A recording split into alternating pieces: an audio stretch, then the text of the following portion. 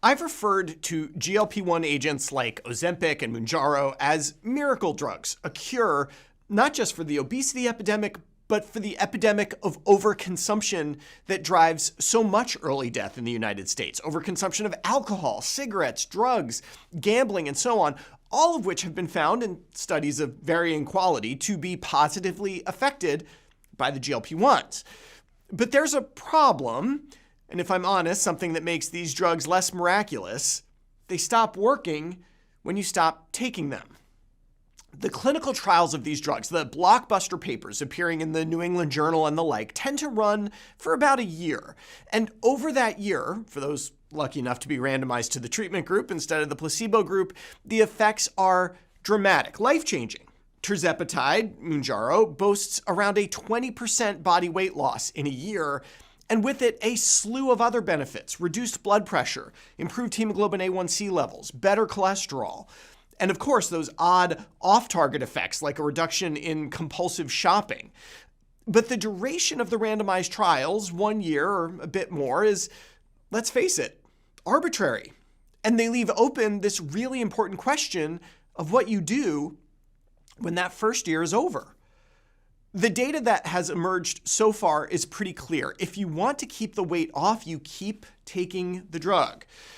But what about those other benefits? The cholesterol, the blood pressure, the glucose control. What happens to all those when the drug is stopped?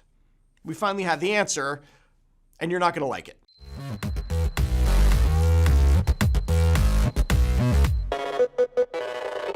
We have the most detailed picture yet of what happens when you stop a GLP-1 drug, thanks to this paper appearing in JAMA Internal Medicine. It's a post-hoc analysis of the SURMOUNT-4 trial, which was a really interesting study that specifically evaluated what happens when you stop a GLP-1 drug. Here's how it worked. 670 participants were given tirzepatide, that's Mounjaro or Zepbound, for 36 weeks. The effects were, as we have come to expect, pretty impressive, with about a 20% weight loss over that time period. To be fair, they didn't only get Mounjaro. They were given a pretty intense lifestyle modification program as well, which included 150 minutes of exercise a week and guidance to reduce calorie intake by about 500 per day. At week 36, it got interesting. At that point, at random, half of the people continued the tirzepatide and half got switched to an identical placebo. The lifestyle stuff, that continued in both groups. Everyone was still encouraged to eat less and exercise and whatnot. The only difference was whether the drug was in their system or not. And you may have seen these results before. There is an immediate separation between the two arms of the study in terms of weight. The placebo group, despite diet and exercise, starts gaining right away. The group who stayed on the drug actually continues to lose weight over the course of the next year. But this new analysis digs into the group who was switched to placebo in more detail than we've ever seen before.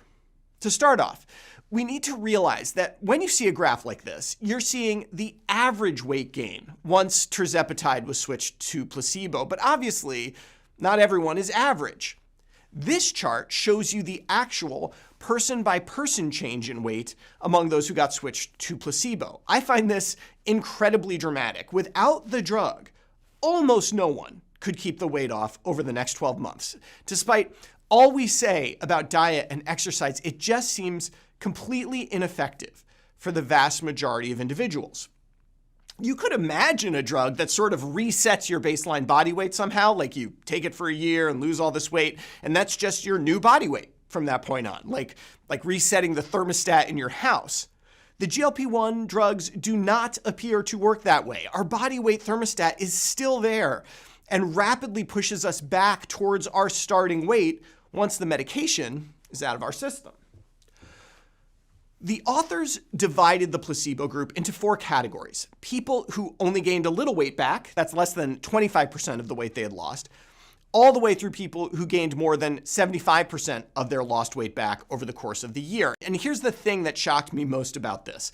There was almost no difference at baseline between these groups. Like, Based on data when the participants started tirzepatide, it was essentially impossible to predict who would regain weight fast and who would be able to keep it off when they stopped the drug. All 4 groups were similar in terms of age, sex, race, ethnicity, duration of obesity, body mass index, waist circumference, fasting glucose, and so on. In fact, the only thing that could predict whether or not you'd regain weight off of tirzepatide was how much weight you lost on tirzepatide. Those who lost more weight were more likely to keep it off than those who lost less weight. So I'll put this together for you.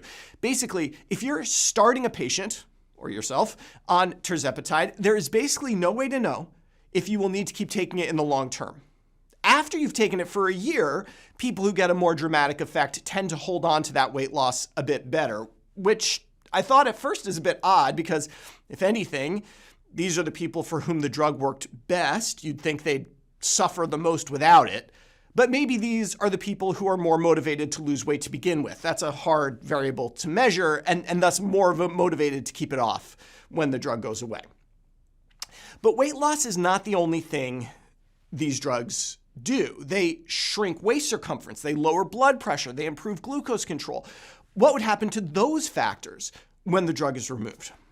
Well, some things, like waist circumference, are so closely tied to body weight that what happens is directly proportional to what happens to body weight. If you are in that group that regains a lot of weight after stopping the drug, you also regain a lot of waist circumference. If you're one of the rare people who can keep the weight off, you keep your waist slimmer as well. But that's not true of all the factors. Take a look at the graph of systolic blood pressure here. Sure, people who regained more weight had greater increases in blood pressure after stopping the drug, but the people who were able to keep the weight off had increases as well. This suggests weight-independent effects of these drugs. Now, we knew these effects were there, of course. These drugs have clear off-target effects, like their ability to reduce alcohol consumption. The nephrologist in me wonders if they reduce salt intake by a similar mechanism, and with that resistance removed, salt intake increases and the blood pressure rises. That's just speculation, of course. But what's not speculation is that the data is very, very clear that it is the rare individual indeed who can take these drugs for a defined period of time, achieve the result they desire, and then stop taking the drug. For most people, stopping the GLP-1s means an eventual return to their baseline state. And that appears to be true for weight, waist circumference, blood pressure, and the other markers that improve during treatment. The next steps here, I think, are to figure out how to manage the drugs in the long term. There are already people microdosing GLPs in order to maintain weight instead of losing more. That's an interesting strategy, but it has not been studied in any detail yet. It seems that for now, after the first year or so of therapy, we're flying blind. That's okay. We're in a new paradigm of weight loss treatment, and figuring this stuff out takes time. In the meantime, I remain convinced this class of drugs has something very special to offer us both as individuals and as a society, but perhaps I need to reevaluate my miracle moniker. For Medscape, I'm Perry Wilson.